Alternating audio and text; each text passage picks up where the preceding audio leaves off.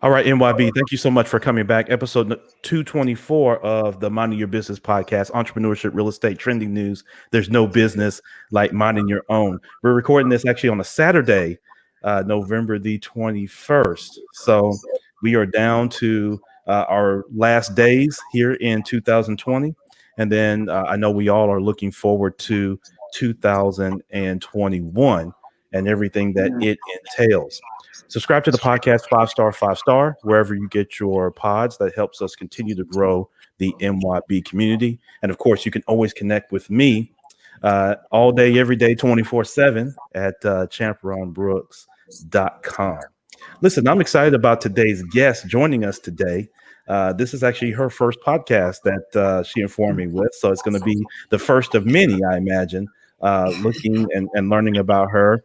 I just want to make sure MYB that she doesn't forget us, when she's sitting there with Eve and Oprah and President Okay, Barack you better speak Obama, that. Michelle Obama, and she forgets about little old us here on the Mind Your Business I podcast. received that, but I will not forget.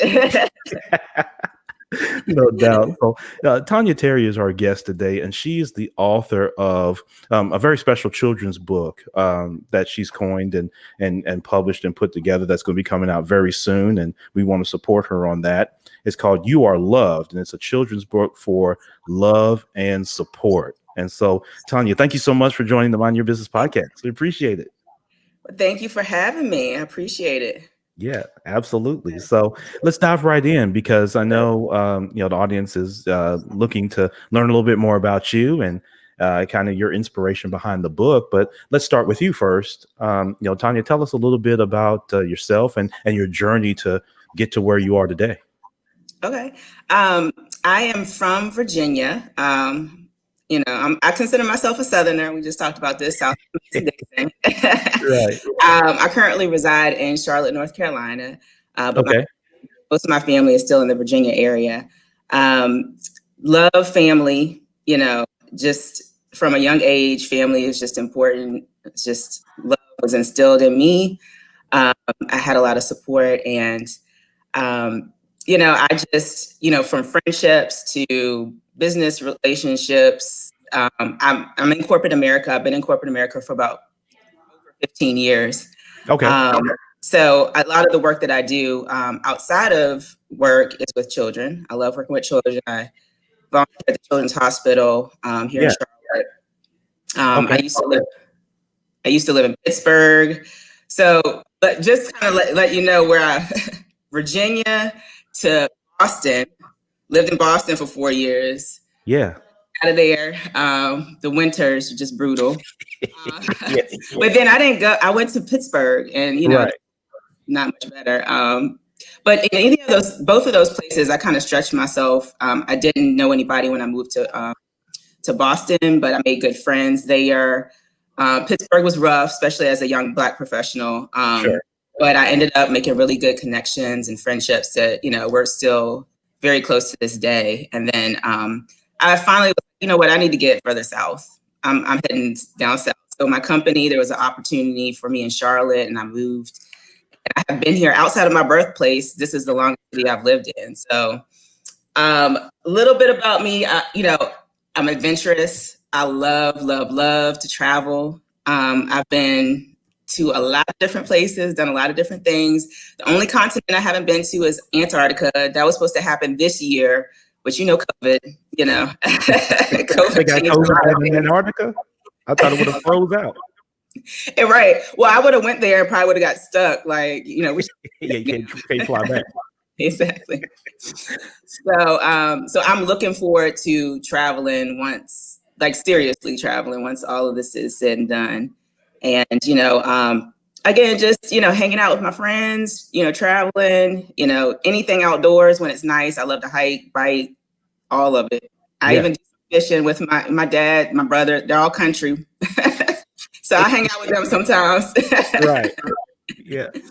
That's excellent. That's excellent, Tanya. And so, for me, I've spent a little bit of time in Pittsburgh. I was actually there last year visiting some community banks up in that area. I actually flew into Pittsburgh and then drove from Pittsburgh to Philly, which is about 5-hour drive. Definitely the scenic route. And it was a mound of snow that hit me probably 2 hours after I got to Pittsburgh. This was February of last year of 19. Oh, yeah. And I got there, got into the hotel, Tanya, and then here comes the snow that just dumped all over the place. And so I was kind of stuck eating hotel food and Yeah, no couldn't get out fun. much. But no, definitely can appreciate that. I actually spent a little time in Boston too, doing some Bank of America stuff. So definitely Okay.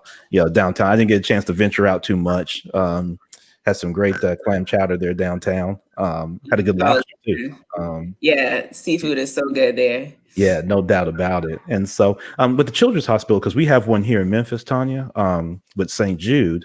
Do you have you had any interaction with St. Jude here in Memphis with what you do at the Children's Hospital there in Charlotte? I wasn't sure how interconnected that network Mm. ecosystem is. No, it's St. Jude is separate. So here in Charlotte's Levine Children's Hospital. Okay. Separate, but yeah. Yeah. Yeah, no doubt about it. And so, so as we talk about the book, right, and kind of your inspiration, so you've had great success in, kind of your corporate space, and obviously you're well traveled, going across, many different continents around the world. So you have a nice kind of holistic perspective. I think that would come from when you travel, that you gain a perspective of how the whole world works, right, and how we all interconnect. And then how to appreciate the differences, quite frankly, that we have as people all around the world. And so, talk about the inspiration behind the book, because I imagine all your experiences, your the work that you do, Tanya, and then your travel experiences, everything kind of you poured into this book, I imagine. But, would that be true? That's true. Yeah. That is true. So, yes, in all my travels, of course, come across children, come across different people. And love is just shown in so many different ways culturally, right? Yeah. I mean, and even here, like, even households, it's just different now, Yeah. and it's been evolving.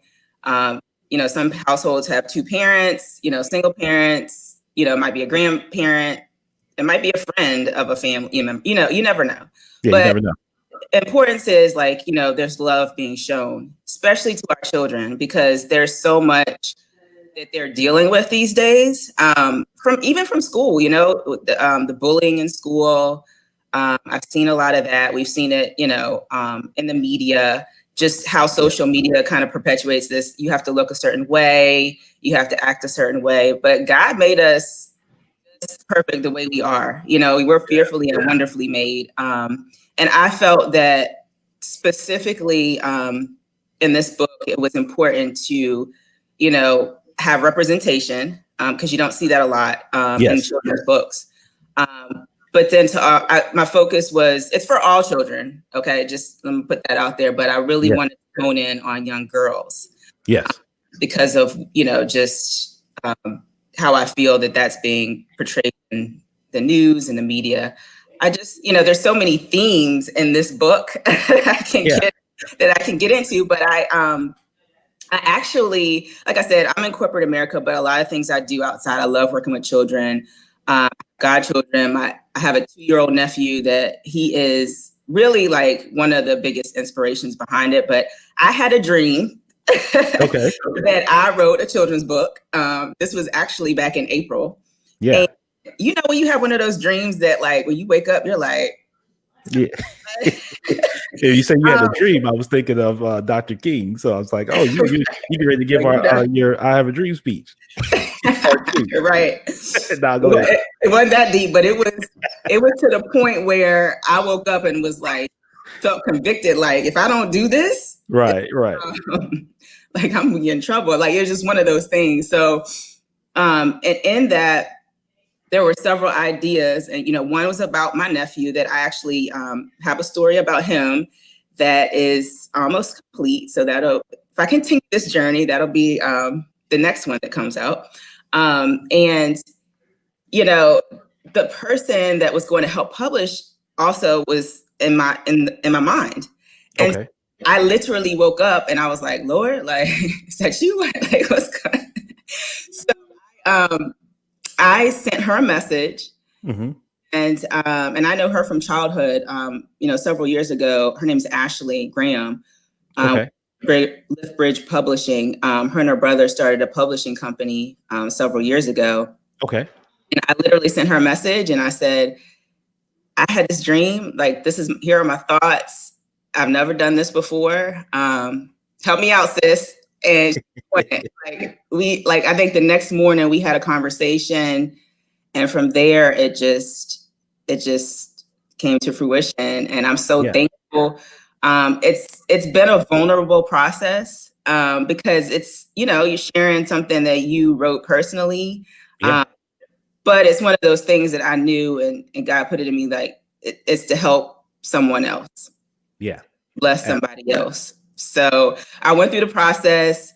September came around and it was my birthday. And I think that it was pretty much finished at that, we were finalizing some other details on it. But I was like, oh gosh, I got to the end of the journey. And I was like, so what am I going to do now? They're like, you're going to put this out. And I was like, wait, I got to. I got so nervous. I'm not even lying. Like I was just, whew. Okay. Yeah. So I literally did a post about it yesterday. Okay. I'm just so overjoyed about the love and the support and just the need for it, and I had someone comment that she had pulled up the cover of my book and her daughter was looking over her shoulder, came up and she was like, I love her. She looks just like me, and wow. Wow. It's impactful for, little Black and brown girls to see themselves represented in these children's books. Yes. Yeah, absolutely.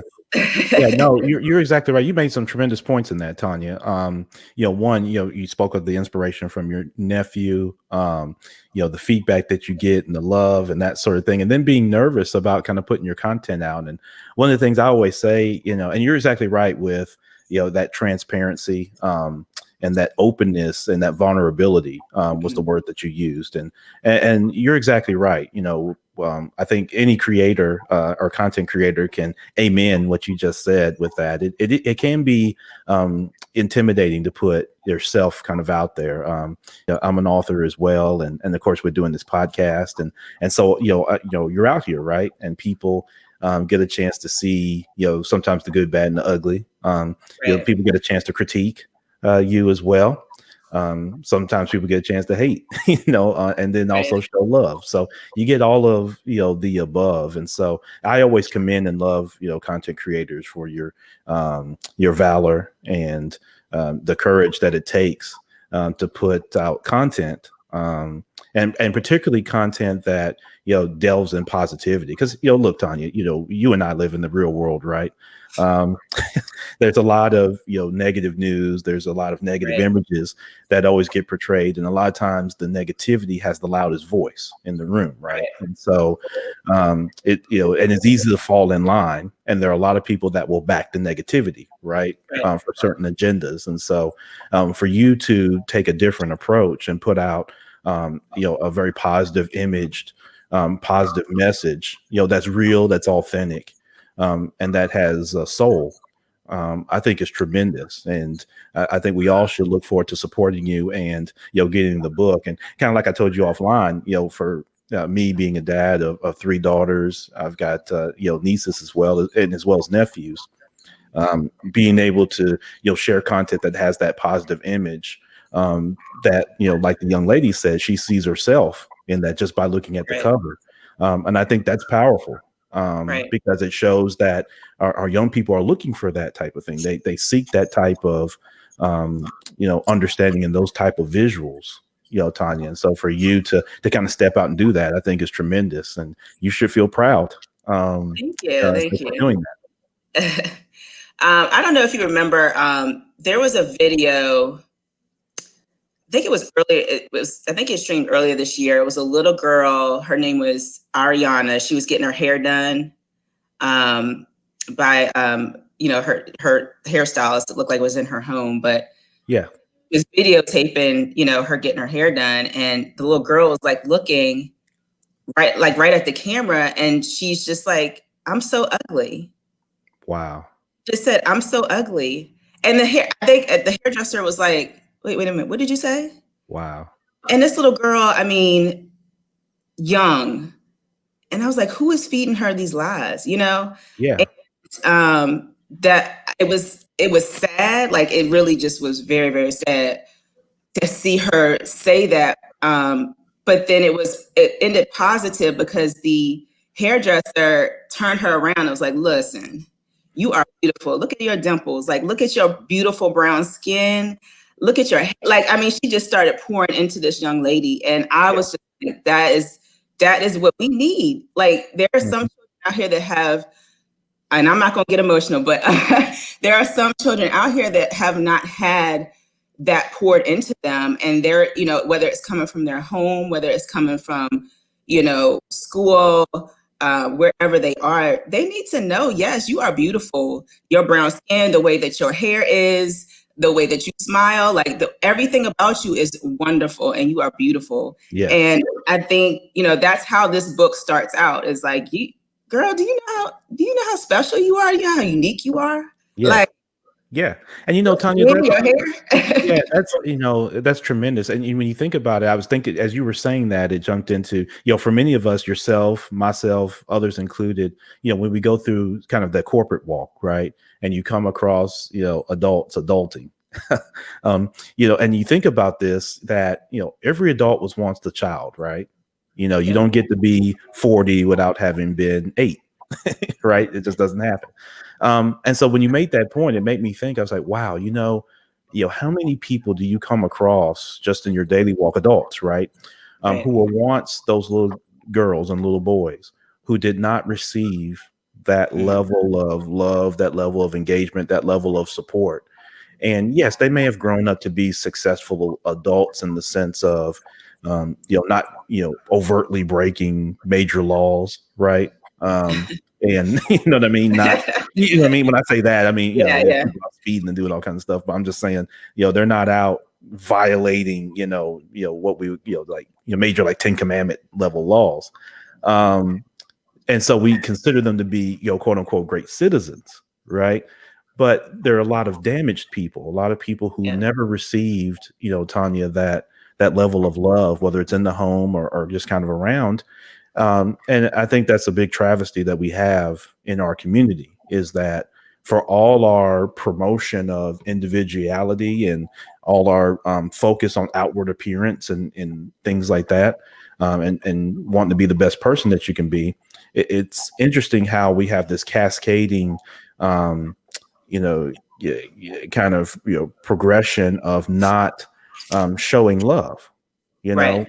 And if you think of our community in the Black and brown communities, we tend to show love around events, right? So we tend to be very good and loving when it's time to eat, and we tend to be very good and loving when it's time to entertain and it's time to have fun, right? Right. Or it's time to engage in vanity, right? And, just solely the outward appearance for the sense of vanity. But we tend to not be as good holistically at sitting down with our young people and just saying, you know what, you are great. You are very special. You're going to be special. You're going to do tremendous things. And I'm here to support you, and I love you. Right. Right. And Exactly. we don't do that. We're great when it's time to put something on the grill. We're great when it's time to go to the ball game. We're great when it's, you know what I mean, when it's time to go get the hair done, and you just get your hair done and you post a picture on Facebook and 200 people get on and say how pretty you are. We're great at all that, right? But we're not great at really sitting people down and you know really setting that tone. I talk a lot, whether it's with my wife or with my children or at the school they go to, about building confidence. Right. I'm a big believer that people do great things when they're confident, right? Right. No matter what it is, if you're confident in it, and you've got confidence in yourself, school is about learning to learn, right? It's gaining the confidence that you can learn information and then act on it, accordingly. And so that's something, when I take from your comment, I think about all that. I think about how do we instill confidence in our youth, and particularly, like you said, in these times when We got a pandemic going on. No one that's alive has experienced anything like this. Right. It's a little bit different time than when it happened, with polio and some of those things 100 years ago. And our children are watching us. Right. They're watching and taking their cues from us and how what we focus on and kind of what we do. And so, I see that in your response and in what I'm learning about the book, that sometimes we forget those basics. We forget that Yes, basic of just showing love. exactly.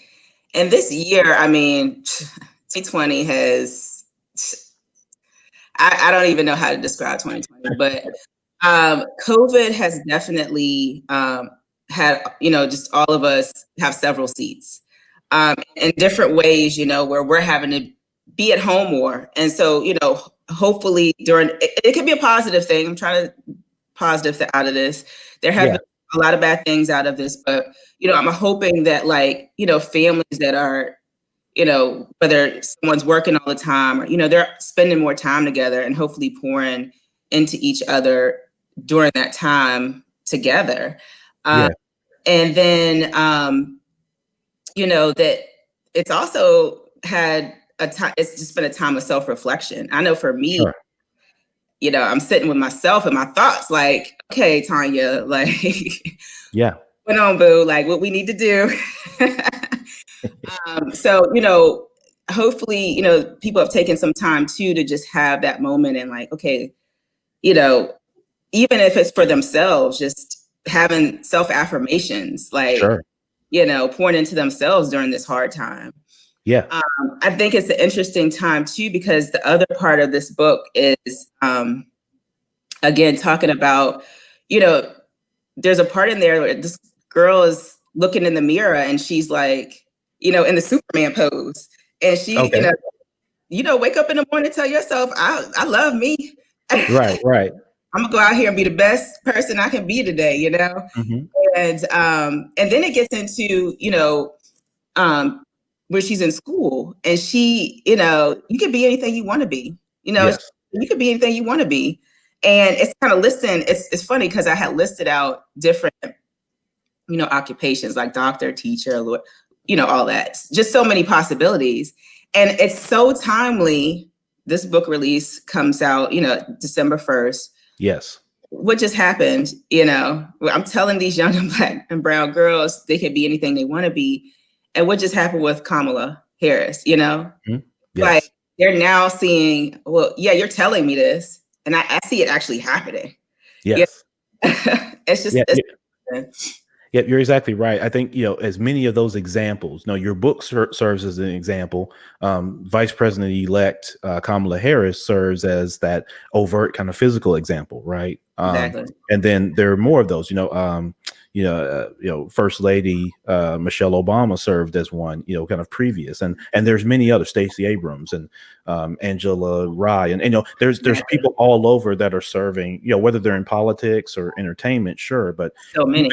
there's so many just in our neighborhoods that we may not know their names, they may not have 1 million Instagram followers, but they're doing tremendous work in our communities, and they serve as those beacons of light, examples. Like you mentioned, for our youth, and particularly for our young ladies. And, I go back to that point, Tanya, of we all have to take a little bit better concerted effort. And your book is timely in coming out during kind of this holiday season where this has been a trying, kind of leery year for a lot of people. And it's been great for a lot of people, too. I don't want to take that away as well, that this has been a tremendous year for a lot of people. But one of the things I've said on some other podcast episodes, I'd love to get your thoughts on this, Tanya, is that 2020 has challenged the first word in our name as a country, which is united. Okay, Right. that's where this has been challenged. If I sum it in one word, it's challenged the united in United States of America. Listen, we've had, with the social and racial injustice, that not only with the things that have been, in front of everybody's eyes, but the conversations that took place this year are much different than in the past. The visuals and things like that, things are being challenged. Those critical conversations are being had. Listen, like you talked about in the corporate world, Those conversations are taking place where Black and brown people are not having the fear of losing their job or being ostracized to have those real progressive conversations in a lot of cases. Whereas in the past, a lot of Black and brown people, kind of hid that or wouldn't bring it up for fear of negative consequence or impact. Exactly. And I think that's the awakening that has to take place in this country going forward. And I think the pandemic helped accelerate that, kind of piece within our country. And so, when I think about your book, I think about that being a piece or a microcosm of Tanya, how we get that united back, right? And that united comes with the trust, the confidence, and the love, right? And when we present those positive images like you are, that gives youth something to aspire to. Right. And many of our households oftentimes lack the love because it hasn't been shown and cascaded, and so people can't give what they don't have. Exactly. Right? So they can provide great housing. A lot of times in our past generations, we focused on the next generation being better by having more things, right? Mm-hmm. So we didn't, notice you never hear like someone, like a past generation say, I want my family to have more love or more engagement or more. It's always, can they have the bigger house, be further out from the city, have the better job, have the bigger bank account, all the superficial things Right. we value. And we miss just those simple things. Can we have more loving households? Can we have, young boys that grow up to be men that lead households and are loving, within Exactly. Can we have more women or young girls that grow up to be women that are part of, creating loving culture and loving environments in their households for themselves and their children? And Right. so I think what you'll find out is as you release this book, it's going to have a much bigger impact than you probably anticipate, Tanya. I think as I'm talking through this, I see, yes. You said something, about just, especially within, our community. Yes. And I'm not going to discredit. I think creating generational wealth is important, right? Absolutely. And passing it on. But I think, to your point, there's another piece of that needs to be passed down, because what do they say? Hurt people hurt. And that also gets passed down from generation to generation. So, yes. We got to take a look and say, okay, does that, if it's happening in my family, it's happening with my friendships, like it's stopping right here. I'm going to pour out love to my family, my friends. I'm going to start that. Yes. Because, at the end of the day, it's like, where's your heart? You can have all these things, you can be driving these fancy cars, living in a nice house, but what is your heart? Where's your heart? Yes. And I think that's just so important to, like you said, instill in young people, because young people become adults. And if that healing hasn't happened as a young person, it's going to stream over into adulthood and come out in so many different ways. So yeah, it's so important. Yep, absolutely. I mean, how many times do you hear of people? And I work a lot with seniors as it relates to community banking, because a lot of times the community banks are interested in supporting senior communities. And so when you go into senior facilities, and you'll talk to people that are more advanced and seasoned in age, and I haven't heard one say they regret not making enough money. I never heard one say, you know what, I regret not buying that dress or buying that suit or those shoes or that watch. None of them have ever said that. They always regret the relationships, right? They regret, and some will speak to, I've seen, people in their 90s talk about, how when they were children, they never had that love in their household and they wanted to change that. People that are almost a century old. I'll tell you a quick story, Tanya. In my banking career, I was a branch manager. This is kind of the midpoint of my career. And I've told the story many times. I had a lady, and I'd be shocked if this lady was still alive, right? This lady was maybe 95, 96 at the time. And this was probably 11 years ago. Okay. And my wife was pregnant. We were about to have my oldest daughter, Tanya. And so I'm excited. I'm going to be a parent for the first time. And she comes in and we had this great conversation. This lady was from Germany and she was in town to see her son who was in his 70s. Okay. I want to say 73, 74. He had been having some health complications. And so she was there to help him out. She talked about him like he was 3 years old. Right. Wow. And she said, because, I had been sharing with her about becoming a dad for the first time. And she said, always make sure that she was giving me some advice. And she said, always make sure that you're there. She said, Mr. Brooks, I am, whatever age she was, 95, 96. She's like, I remember my son the first day he was born, and he's 73, 74. And like, when I always see him as that newborn little boy. Right. Mhm. And I always wanted to make sure he had the love and things like that. And said, and she, advised me on doing that. And, she was there to see her baby. But her baby's, I mean, he's 73, 74 years old. But she was there to see her baby. Yeah. She was there to see her baby. And, she drove up. I mean, she had great, motor school skills and that sort of thing. She drove up in her car and came in and did her little bank business. And we were talking about that, but that conversation always stuck with me, to your point, and the kind of things you highlight in the book, which is that love that springs eternal, right? And when you have that type of mindset, here are two folks that are advanced in age, a mother and a son, who still have that loving relationship where his mother can come in town, right, to see about him, right? And just, what a blessing that is, that to be able to have that relationship and that love, and for her to value that all those years later. Her son was born in Germany, when she was very young, right? And she always, valued, that relationship with him. And that's great that your book highlights that for us. And so I think it's a great time as families sit down and evaluate, and go through the holiday season and evaluate what's important and gear up for 2021, Tanya. Exactly. That your book gives us a chance to kind of sit down, kind of slow down a little bit, and make sure that we listen to our children, and make sure above all that we show them love, not just with our words, but demonstrated and personified in action. Exactly. And the book also just talks about, because we're blessed to be a blessing, right? It's not, I don't have all these things just for me. Like, Right. we're supposed to help. We're supposed to help others.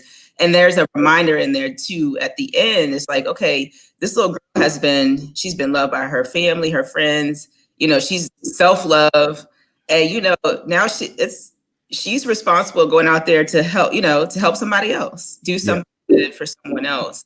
And so I think that's very, very important too, in that aspect of just also encouraging young people to, give back. Yes. That's so important, just to help others, especially, Lord, like I said, this year, when you talked about United, it's been so much divisiveness and hate speech and discord, and just the complete opposite of unity and a lot of rage, right? So it's important, like you said, our children are watching. They're watching us, our grown adults, act like act like children in a lot of ways. And so again, they're paying attention to these examples, and it's like, that they're seeing in certain leadership positions, and sure that we're saying, what, that's not right. This is called what it is, and encourage positive behavior. This is the way to be acting. This is the way grown adults should behave. So I think that's just very important, and I really am humbled to have done this. That I just I'm still like nervous. The fact that it's out there, I'm just like, okay, everybody might not receive it, but it's for the babies, and I just wanted to pour into them and send positive messaging. And it's for somebody. It's the message has a purpose, and it's for someone. So I'm just humbly blessed, and I'm thankful. Yeah, well, you have great positive energy around it, Tanya, and I would share this with you that above all the numbers and things like that, you obviously you want your book to be successful, and every endeavor that we have, we want to be successful. But the response you got from the young lady that looked over her mother's shoulder and said, "Hey, that's me." I think if you can get just one of those responses, I just think that you has gone so far and beyond. I think you will be pleasantly surprised at the impact that your book will have and the feedback that you'll get from people on how it helps inspire. Right, that whether it's relationships between mothers and daughters, mothers and sons, fathers and sons, fathers and daughters, and helps us all just be a little better, and more mindful of cherishing that relationship. I look at things. Y'all be 40 in January, and with having daughters that are quickly getting to preteen age and that sort of thing. I realize now I won't have as much time with them being here in the household as I thought I did, right? When I was all holding them, in my arms and that sort of thing. And so that time goes by so fast. And if there's anything NYB community that, I could share, like to Tanya's point, is that, time goes by. We don't get all the time in the world, right? Time is dynamic and it's always ever flowing. And so, I encourage this community to support Tanya by getting that book when it's released on December 1st, and get two copies. Get one for yourself and get one for a friend, and and then read it and sit down with your youth at your church, your youth at your community centers. Sit down and read it. Don't just limit it to young ladies either. Sit down with your young boys, because they have to be able to learn. They'll learn respect by what they're held accountable to, right? And so if they're not held accountable to anything, then they won't deliver on anything. Think about it when they want to play basketball, right? They practice, they shoot all day long because they want to be good, right? Because they hold themselves accountable to wanting to be good, right? Exactly. And so the same thing happens in the rest of life. And so don't be shy about sharing it with your young boys so that they gain that respect too of the young ladies. And when they learn that early on, y'all won't have as much foolishness show up at your house when it gets to be dating time. That's a whole nother podcast. That's another episode there, Tanya. We'll have you back to talk about that. But you know what? I was gonna say, Ashley, who I work with for the publishing company, she has two young girls as well. And she shared something with me that it really just stuck with me because, she was saying as a mother, when she's reading to her girls, some of these children's books, they speak it to her, her daughters, but she was like, they speaking to me too. She's realized like how some of these children's books, these messages that they have are speaking to the parents as well. Yeah. And that is so true, because my nephew, when I'm reading, he has a bunch of different books, and there is one book that I was like, man, I need to get this for myself. And it's called Waiting is Not Easy. And it's a piggy and an elephant, and they're like, again, the message is waiting is not easy, but it's worth it. Yes. And the way that it comes out in that story is just so impactful. And it's like one of his favorite books. He loves it. It might have one word on each page, but it's just building up to this greater message. And I'm like, it's wonderful.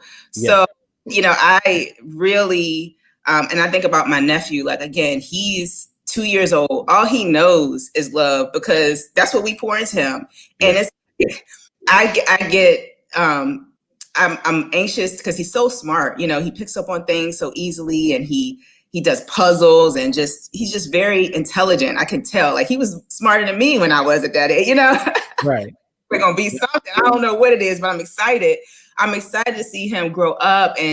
But I'm also like, as he gets out into this world, it's going to be tough, because again, all of those messages that he's getting at the house right now might not be the same messages he's getting when he goes to school, or when he, goes out into the workforce, or, even with, what's happening with our Black men in this country, and, with the, and again, of having to make him aware of who he is, people, he's loved, and, he's showing love, but sometimes people don't see that, when they look at him, when we walk into the room, the first thing people see, tends to be our color. So, and for him to have that awakening, I'm just like, it just breaks, that breaks my heart. But again, I'm committed, like, I just to continue to just pour into him, and we all do, like, to all of our youth, Yeah, absolutely. And that's something that, the key of what you said, Tanya, is that all he knows is love, because you're pouring in that love. And so you create that infrastructure around him. And again, it builds confidence, right? And so when he gets out into the real world, one of the keys is, are you confident in your ability to, not just create a living for yourself, but like you do in your travels, in that, can you enjoy life and not engage and create, life's going to be tough enough, right? Exactly. You don't have to overtly go out and make life tough. Life's going to be tough no matter what. One of the things that you try to do is minimize or mitigate that, by, if you come from a base of where you're confident to be in your ability to make choices and decisions. You're confident in your ability to interact with others. And when you walk into a room, like we talked about some of the names, you can feel confident that you can walk into a room with Kamala Harris and look her right in her eye and say, "Hi, I'm who I am." And she can say, "Hi, I'm Kamala Harris." And you can look each other in the eye. And you can do that in any room, no matter where you are, no matter what race, no matter what age or gender. You feel confident doing that because you know that that's been embedded within yourself. And I think as more of us engage in that are adults currently, right? We can help these future generations be able to be that much better. Not so much better in they're going to live in the suburbs and have 5,000 square foot houses like we might have envisioned in the past, but that they have that much more love and confidence in themselves and their community. And then, like you said, they pay that forward, Tanya. And so they're able to then, when they are of age and have children and nieces and nephews, and or just within the community with young people, that they can be that example. Because everyone won't have the chance to be Kamala Harris, but everybody could be Kamala Harris. You could be that right there in your community. So you may not have the opportunity. There'll only be one at a time in the White House, but there are Kamala Harris's all across this country that we may not ever know of or interact with, but they're doing, again, that tremendous work. And so that makes everything just a little bit better. So we can expect the book December 1st, right? December 1st. Yeah. Get it online at Amazon and Barnes and Noble online. Okay. Excellent. Excellent. And so, when that releases, I'm going to send out that link to this network, Tanya. So on December 1st, y'all look out for the email from me, because it's going to include a link to Tanya's book. And I'm just encouraging you all. One of the things that helps when you grow your business is when you support others. I found that the more love I gave and the more I could support others, how that can reciprocate. And so it comes back to you. Yes, absolutely. And so let's do that with Tanya's book. I encourage everyone to go and purchase a book, and then reach out to Tanya and let her know that you heard her right here on the Minding Your Business podcast. And so, do that for me. And well, don't do that for me. Do that for you. Do that for you. Do that for the young people that you love and interacting and care for. Do that for them, and let's support Tanya in a big way. Tanya, as we kind of wrap up, because this has been a tremendous dialogue, just to say the least, what are just one or two best practices that have worked for you? Obviously, again, you're well-traveled, you've been successful in many areas, in corporate world, you're now a published author. What would you, for someone that's listening to this that may be struggling in their walk, trying to find their purpose and what they should be doing, what are one or two things that have worked for you that when someone gets done listening to this podcast and they go back to their life, that they could take with them and help them be a little better? Right. Just listen to your heart. Whatever is flowing out of your heart, out of the heart, the mouth speaks, right? And you act. And whatever dreams you have and whatever you've been sitting on or you've ever even been thinking about and are afraid or nervous, or trust me, I went through this process and it was like all kinds of emotions. I'm no author. Like, I've never written a book before. but it was something that came to me, and it could help somebody. And I felt like I had this responsibility of sharing, even though it was tough. Like, it was a vulnerability. Like, it's scary. You're putting out something that, this personal, and, but it's also going to help somebody. So again, don't be afraid to just put yourself out there, whether it's in your corporate world, to speak up, to do something that is going to do good, and for yourself or for others, whoever it may be. So that's one thing. And again, just stay true to who you are, again, because this world will have you telling you, making you think you this, that, and the other. Right. And I would say, even in my travels, like, the way that some other countries view even me as a Black woman, is based on what they see on, on social media or TV or whatever. And it's not always positive. So it's, again, just, just being who you are, like, and not letting anybody tell you different. Yeah, absolutely. No, that's tremendous. I think that applies to, I think, for all of us, Tanya. I think those are tremendous words of wisdom and insight for all of us. Just to be true to who we are, and true to yourself. And one phrase that I've always shared is, "You're the best you that'll ever exist," right? Because you're the only you that ever exists. So you're the best. So you make your story every day, not his story. You make your story every day. And so operate in that pride of you're the very best you who ever exists. And so, that's tremendous. Last thing, Tanya, how can people get in contact with you? Can they connect with you on social media? If they have questions, they want to maybe, learn a little bit more. Where can they connect with you at?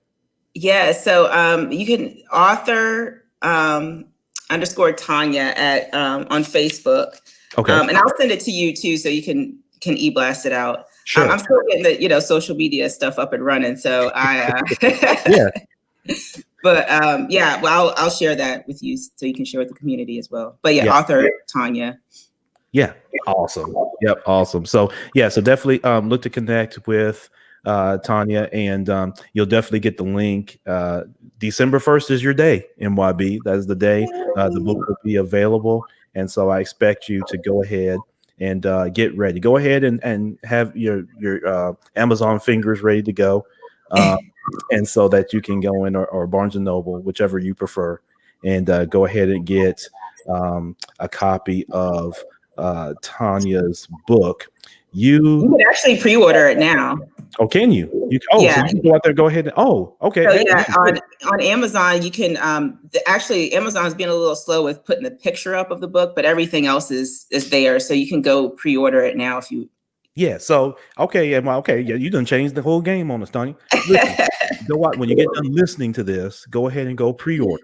Okay. Today is November 21st, so you've got a few days, but go ahead and pre-order so you get it out the way. You don't have to try to remember it on the 1st, but go ahead and pre-order a copy of the book, You Are Loved. And that's so true. That's such a true phrase and true statement, just to say the least. And so Tanya Terry is our guest today here on episode 224 of the Minding Your Business podcast. Tanya, I can't thank you enough for taking time out to speak with me and speak with this community. And this has just been tremendous. Thank you. Thank you so much. And let me just clarify. So it's on Facebook, it's author Tanya Terry, awesome. TANYA TERRY. So yes, thank you so much for having me on your show. I appreciate you, and appreciate you for just doing what you're doing on this podcast, and then just having someone like me on and supporting me. I love it. Thank you. Absolutely. You're very welcome. And we also have to shout out Liv, who's a great and tremendous friend of this podcast, Liv Amalgro, who was able to connect us. And for those of you that remember how her and I cut up on episode 100, I had her as part of my shenanigans for episode 100. But Liv has been a tremendous, again, friend and support of this podcast and myself, and connecting me with tremendous people like yourself, Tanya. And so we definitely want to make sure we shout her out. And so shout out Liv. Thank you so much. Yep, no doubt. So, listen, Tanya, best wishes to you personally and professionally.